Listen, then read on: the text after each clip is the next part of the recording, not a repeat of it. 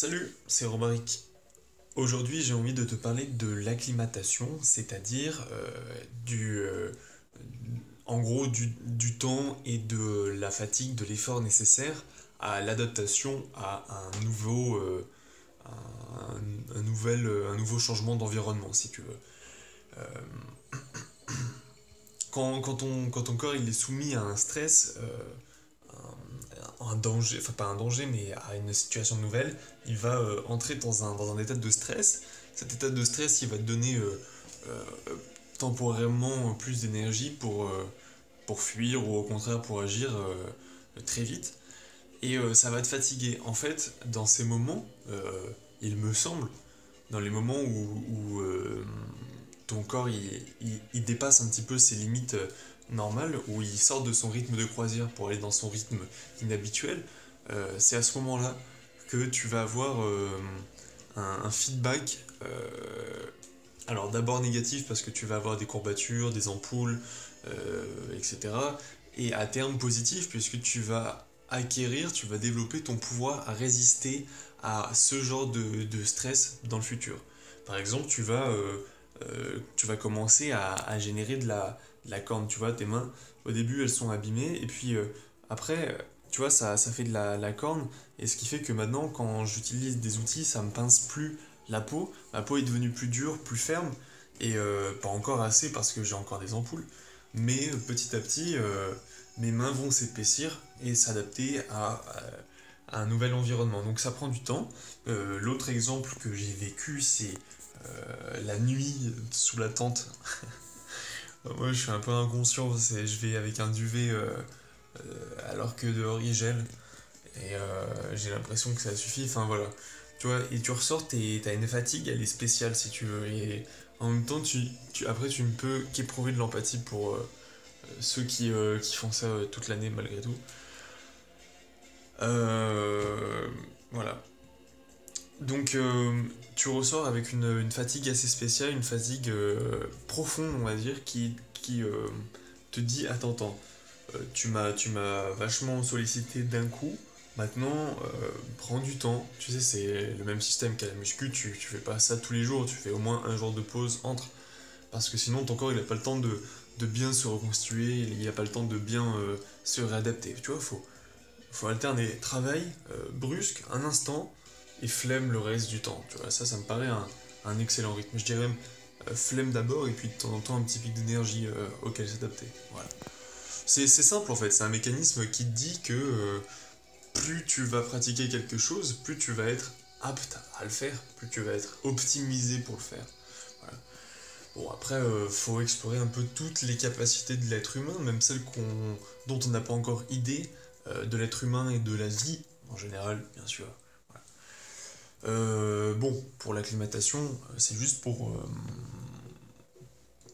en fait te faire une remarque dessus. Tu vois, quand tu tombes, enfin moi j'ai souvenir que quand je tombais petit, enfin quand t'es tout petit, tu pleures, et puis au bout d'un moment, j'ai réussi à trouver une technique, je sais pas comment, où j'arrivais plus à extérioriser ma douleur en rigolant, donc je pleurais de rire des fois, je tombais, j'avais le genou en sang, et j'étais là, et je pleurais et je rigolais en même temps, tu vois.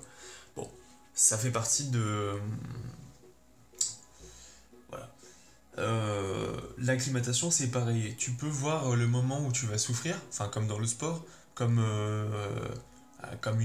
une peine, entre guillemets, t'apportant par la suite une espèce de bonheur.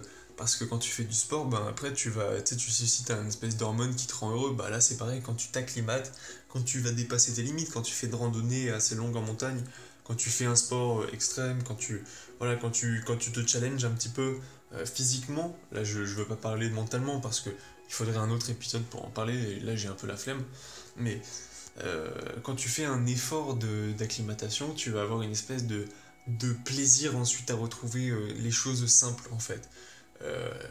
Voilà, il me semble que rien que pour ça, ça vaut le coup de challenger un petit peu son corps et de révéler ses fonctions, d'entretenir ses fonctions primitives parce que on a l'impression que notre corps il est tel qu'il est et il fera que entre guillemets régresser plus on le blessera. Moi je pense que c'est pas vrai, tu vois. Par exemple, Euh, Ça fait longtemps que j'ai des douleurs au bassin, à l'épaule. Tu vois, à force de... Ça fait 1 an, 2 ans que je fais enfin pas des exercices, mais que je fais des mouvements pour remettre en place. Et j'ai plus de mal au bassin et je remonte dans l'épaule et ma côte se remet en place. Donc, euh, faut pas perdre espoir. Tes douleurs, il faut les travailler, il faut y aller doucement, il faut surtout s'écouter, prendre de la hauteur, etc. Et repousser ses limites tout doucement. Être à la frontière entre la douleur et le supportable, c'est là où ça travaille le mieux. Et quand ça fait mal, pas hésiter à faire des pauses, à nourrir, à ressourcer. L'important, c'est pas de blesser son corps, l'important, c'est de l'entretenir. Donc, patience, euh, patience plutôt que de construire à la va-vite sur des fondations pas stables. Voilà, il me semble. Euh, c'est comme dans la vie finalement.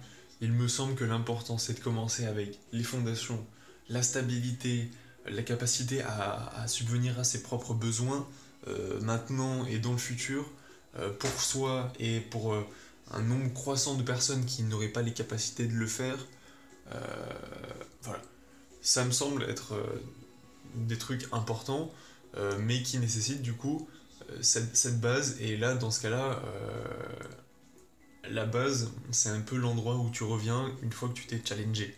Voilà. Donc, pas se lancer d'un coup, il me semble que c'est, tu vois, comme sauter dans l'eau froide d'un coup, c'est peut-être pas la meilleure solution pour, comment dire, pour y entrer. Voilà.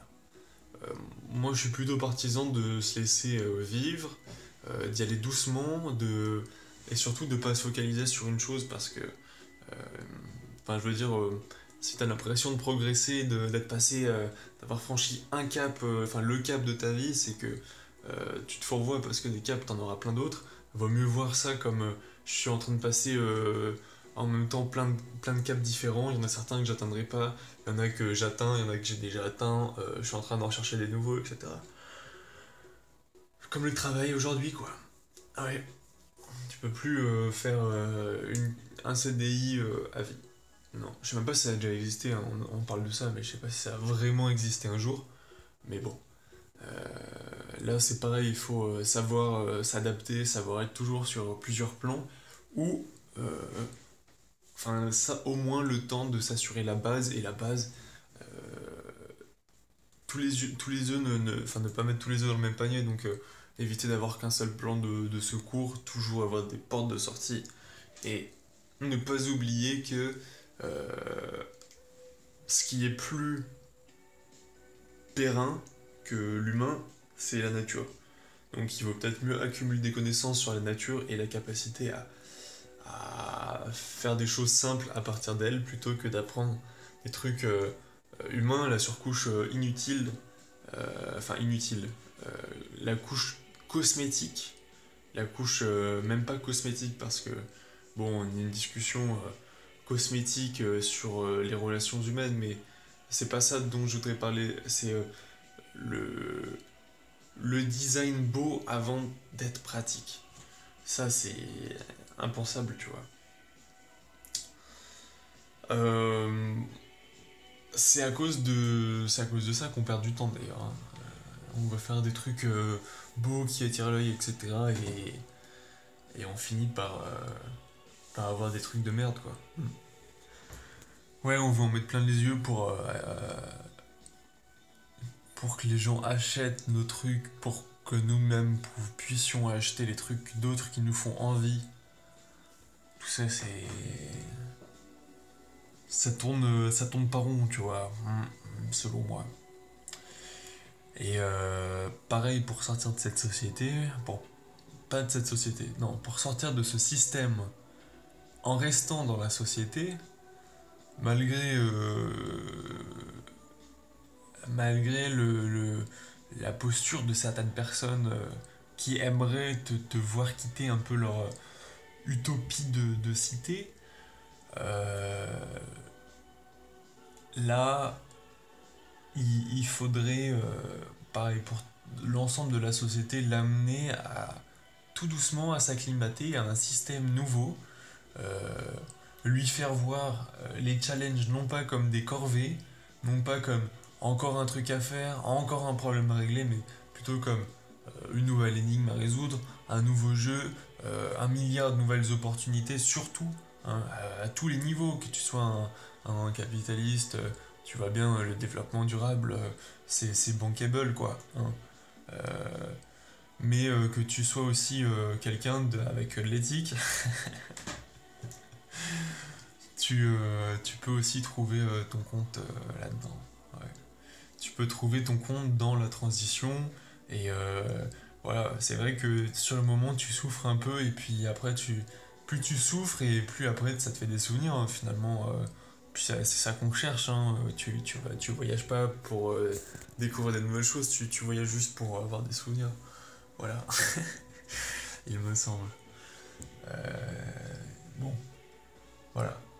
Donc savoir cultiver son pouvoir d'acclimatation et d'adaptation, son, si tu veux, le fragment de pouvoir d'évolution euh, qui t'est donné avec cette enveloppe charnelle qui est un petit peu l'outil le plus pratique avec le plus de perspectives jamais créées sur Terre, ou en tout cas dont on se souvienne.